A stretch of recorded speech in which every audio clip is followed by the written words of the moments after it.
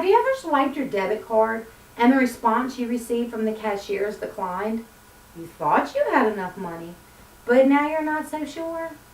We have all been at Walmart at some point, and the person in line in front of us has had trouble with their debit card. So the purpose of my speech today is to persuade everyone to balance your checkbook on a regular basis. I feel that I'm qualified to speak to you about this topic because I have worked at a bank for many years and I have balanced many customers' checkbooks. Although some people feel that balancing your checkbook is ordained, you should balance your checkbook on a regular basis.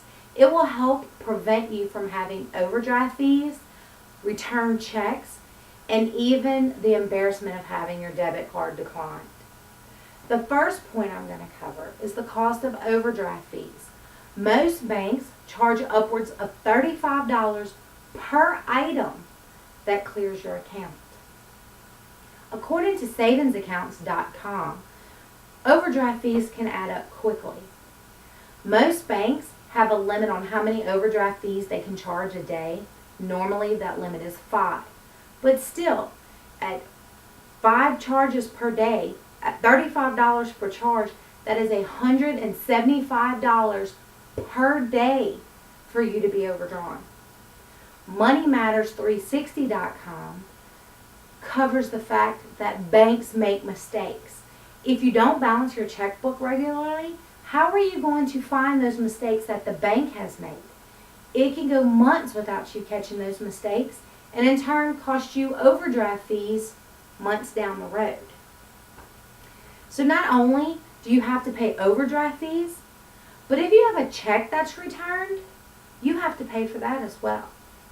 Dave Ramsey talks about that in his article, How to Balance Your Checking Account. He states that if you don't balance your checkbook, then you can have returned checks. About.com stresses the fact that people forget to write down transactions. If you forget to write it down, then you can have bounced checks as well.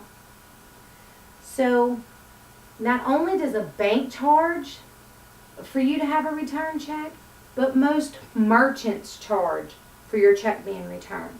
So that means you're charged twice for one item. The last point I'm going to cover is having your debit card declined. There is nothing more embarrassing than being at a store or a restaurant and your debit card's declined. Although, sometimes the Visa MasterCard network does go offline, normally it's declined because of a miscalculation in your checkbook. CapitalOne.com states that balancing your checkbook helps you keep track of all your transactions. And by keeping track of all your transactions, you always know what your balance is. And if you know what your balance is, you know what you can spend on that debit card. So in conclusion, I hope I was able to share with you the benefits of balancing your checkbook and persuade you to balance your checkbook to avoid having overdraft fees and return checks and even the embarrassment of having your debit card declined. I felt I was qualified to speak to you about this because I have worked at the bank for a long time and I have seen the troubles that not balancing your checkbook can cause. Everyone should balance their checkbook.